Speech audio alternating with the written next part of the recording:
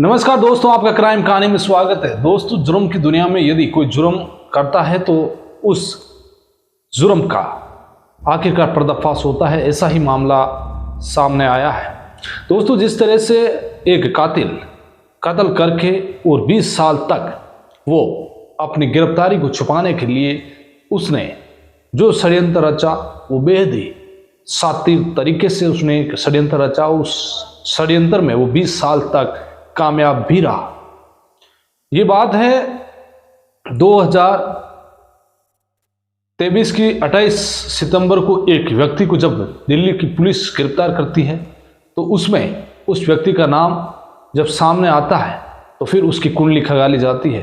तो पूरी कहानी मैं आपको सुनाने जा रहा हूं। दोस्तों, 28 सितंबर 2023 को नजफगढ़ के अंदर एक व्यक्ति को गिरफ्तार किया जाता है जिसका नाम अमन सिंह है। दिल्ली की क्राइम ब्रांच ने जो है इस अमन सिंह को गिरफ्तार किया गया नजफगढ़ से। इसके ऊपर आरोप था कि इसने प्रॉपर्टी के धंधे में किसी के साथ धोखाधड़ी की है। इसी को लेकर पुलिस ने इस अमन सिंह से पूछताछ की। लगातार 28 सितंबर 2023 से उसको 5 महीने तक लगातार उस पर निगरानी रखी गई क्योंकि एक धोखाधड़ी का मामला था। पुलिस ने उसकी पूरी कुंडली खंगाली। पुलिस को ये पता चला कि ये जो है अमन सिंह नाम का व्यक्ति, इसका नाम रियल में जो है बालेश कुमार है। ये जब पूरी तरह से उसके कुंडली को खंगाला गया तो पता चला, तो वो जो है उसको तिहाड़ जेल में भेज दिया गया धोखाधड़ी के आरोप में। अब पुलिस ने उसकी कुंडली खंगालना शुरू किया। पुलिस को पता चला कि ये जोधपुर के डांगियावास गांव का रहने वाला है। अब पुलिस ने, दिल्ली की क्राइम ब्रांच पुलिस ने जोधपुर ईस्ट कमिश्नरेट में फ़ोन किया जहां पर आलोक श्रीवास्तव अभी वर्तमान में जो है तैनात है। उनसे बात हुई कि आपके डांगियावास में एक ऐसा व्यक्ति जिसका नाम बालेश कुमार है, क्या वाकई में है क्या? तो आलोक श्रीवास्तव ने जब पता लगाया, डांगियावास पुलिस स्टेशन में ये पता किया, तो उन्होंने कहा कि बालेश कुमार की तो 20 साल पहले ही मौत हो चुकी है। तो फिर दिल्ली क्राइम ब्रांच के जो है दिमाग में ये बात नहीं आई कि आखिरकार 20 साल पहले मरा हुआ इंसान जो है वो अमन सिंह ऐसा कैसा। लेकिन सूचना पुख्ता थी, तो अब दिल्ली के क्राइम ब्रांच ने एक काम किया कि चलो दिल्ली ईस्ट जो राजस्थान जोधपुर की कमिश्नरेट पुलिस है उसको उसकी फ़ोटो भेजी और उन्होंने कहा कि आप उसकी पुरानी तस्वीर वगैरह मंगाओ और वो ये पता करो। तो अब डांगियावास पुलिस स्टेशन पर सूचना दी जाती है क्योंकि ये जोधपुर डीसीपी ईस्ट के अंदर आता है, तो वहाँ पर सूचना दी गई। और यहाँ से जो है जोधपुर के डांगियावास पुलिस स्टेशन से एक एसआई जिसका नाम आपको बता देता हूँ कि एसआई जो है मनोज कुमार, उसको दिल्ली भेजा गया और उन्होंने जाकर देखा कि जो तस्वीर वगैरह लेके गए कि हाँ वाकई में ये बालेश कुमार है। अब पुख्ता हो चुका था। इससे पहले कि जो बालेश कुमार की पत्नी है संतोष देवी, वो लगातार 20 साल तक सरकार से पेंशन भी लेती रही। तो अब पुलिस जो है दिल्ली से तिहाड़ जेल से उसे प्रोटेक्शन वारंट पर गिरफ्तार कर जोधपुर लाई जाएगी। लेकिन जब ये पूरी पूछताछ दिल्ली की क्राइम ब्रांच ने बालेश कुमार से की तो पूरी कहानी ये निकल कर आई कि ये बात है 20 साल पहले की, 1 मई 2004 को।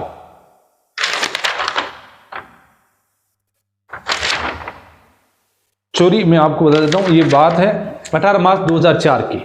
दिल्ली के बवाना में जो है ये रहते थे ये बालेश कुमार, और यहाँ पर जो है अपना एक ट्रांसपोर्ट का धंधा करते थे। क्योंकि जो बालेश कुमार है वो नेवी से रिटायर्ड कर्मचारी था और ये यहाँ पर जब आया जोधपुर तो इसने कहा कि चलो अब पैसे भी हैं, रिटायरमेंट के पैसे आए हैं, तो अब जो है कुछ कार्य किया जाए। तो उसने अपने भाई के साथ मिलकर, एक सुंदरलाल उसका भाई है, उसके साथ मिलकर उसने ट्रांसपोर्ट का धंधा शुरू कर दिया। इधर ये जो है अब धंधा शुरू कर दिया ट्रांसपोर्ट का। तो इसकी जो एक साला था राजेश कुमार, उसकी पत्नी के साथ बालेश कुमार का अफेयर चल रहा था और ये बात राजेश को पता चल चुकी थी। एक दिन अचानक 18 मार्च 2004 की बात है, ये साथ में बैठे हुए थे, सुंदर कुमार उसका भाई बालेश का और ये राजेश साथ में शराब पी रहे थे। तभी राजेश ने जो है बालेश को कहा कि आप गलत कर रहे हो और जो उसकी पत्नी के साथ उनके संबंध है उसको लेकर दोनों के बीच झगड़ा हुआ। और इसी झगड़े में फिर दोनों बालेश कुमार और सुंदर लाल दोनों ने मिलकर राजेश का गला घोट दिया और राजेश की मौके पर ही मौत हो गई। फिर क्या था, पुलिस तक जो है मामला पहुंचा, सुंदरलाल गिरफ्तार हो गया और बालेश वहां से फरार हो गया। बालेश अब लगातार फरारी काट रहा था, सुंदरलाल गिरफ्तार हो चुका था, उसका भाई। अब दिमाग में ये आया कि चलो एक काम करते हैं, जो बालेश ने एक षड्यंत्र रचा कि अब पुलिस से कैसे बचा जाए, क्योंकि पुलिस गिरफ्तार कर सकती है। तो उसने जो है उसका धंधा ट्रांसपोर्ट का था, तो उसने एक काम किया कि चलो उसके ट्रांसपोर्ट में 2 बिहारी युवक जो काम करते हैं उनको ट्रक में बिठाया और कहा कि चलो राजस्थान घुमा के लाता हूँ, चलो मेरे राजस्थान में आपको जो है मेरी जहाँ मेरी पत्नी वगैरह रहती है वहाँ चलो, तो मैं राजस्थान में घुमाऊँगा, 2-3 दिन मेरे साथ चलो। तो वो वहाँ से गाड़ी लेकर और रवाना हुए। उसके साथ में दोनों वो लड़के, एक का नाम मनोज, एक का नाम था मुकेश और एक का नाम था मनोज, जो दोनों उसके साथ रवाना हुए। यहाँ पर जोधपुर के पास डांगियावास, जहाँ पर 1 मई 2004 को डांगियावास थाना क्षेत्र के पितावास फाटा के पास ये बैठकर जो है तीनों ने शराब पी। शराब पीने से पहले इसने पूरा षड्यंत्र बालेश ने रचा था कि जो है इन दोनों को इस ट्रक में ही जिंदा जलाना है। तो वो पेट्रोल वगैरह भी उसने जरिकन जो कैन होता है उसमें डालकर ट्रक में रख दिया था। यहाँ पर डांगियावास थाना क्षेत्र के जो पितावास फाटा है, यहाँ पर तीनों ने बैठकर फुल शराब पी और जब तक शराब उनको पिलाता गया खुद कम पी और उन दोनों युवकों को शराब पिलाए। शराब पिलाने के बाद वो दोनों अचेत हो गए। तभी उसने खिड़कियां बंद की, नीचे कूदा, पेट्रोल गाड़ी में छिड़का और आग लगा दी। ये ट्रक चल चुका था। उसके बाद जो है पुलिस, क्योंकि ट्रक बालेश का था, उसके ट्रांसपोर्ट कंपनी का था, तो पुलिस ने जब इस ट्रक को जब्त किया, पता किया कि इसमें 2 लाशें हैं, तो फिर उसकी पत्नी को बुलाया गया। संतोष जो बालेश की पत्नी थी वो आई, उसने पता किया कि हाँ उसी का एक पति है जो बालेश है, उसकी जो है उसने पूरा षड्यंत्र में वो शामिल थी, क्योंकि उससे बालेश ने पहले ही जो है ये बात बता दी थी। अब उसने जो है फिर पुलिस में मुकदमा भी दर्ज नहीं कराया। पुलिस ने सोचा कि बालेश खत्म हो चुका है, ये एक वांटेड था जिसने अपने साले की हत्या में, तो इस मामले को रफा दफा कर दिया। पुलिस जो है इस मामले से रफा दफा होने के बाद कोई मामला नहीं था। लेकिन अब यहाँ से बालेश सीधा भागकर नजफगढ़ पहुंच जाता है। नजफगढ़ में अपना नाम चेंज करता है, वहाँ पर अमन सिंह के नाम से सारे दस्तावेज बनाता है। सारे दस्तावेज बनाने के बाद वो प्रॉपर्टी डीलर का काम करता है।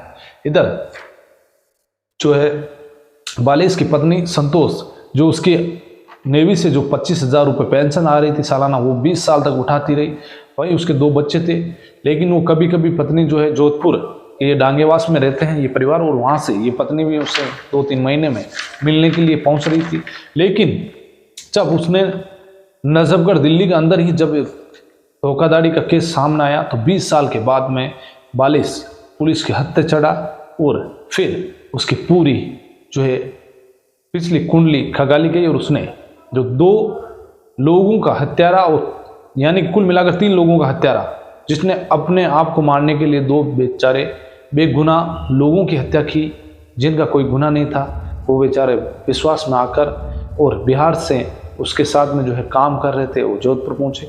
लेकिन जुर्म का नतीजा जो है आखिरकार अंत बुरा होता है, और इसी को लेकर बालेश अब पकड़ा गया है। अब हो सकता है कि उसे उम्र भर की कैद होगी, क्योंकि अब वैसी उसकी उम्र कम है, ऐसी क्योंकि अब संगीन गुनाह है, 3 लोगों का कत्ल है, तो अब हो सकता है कि उसे फांसी की सजा होगी। तो आज की कहानी में इतना ही।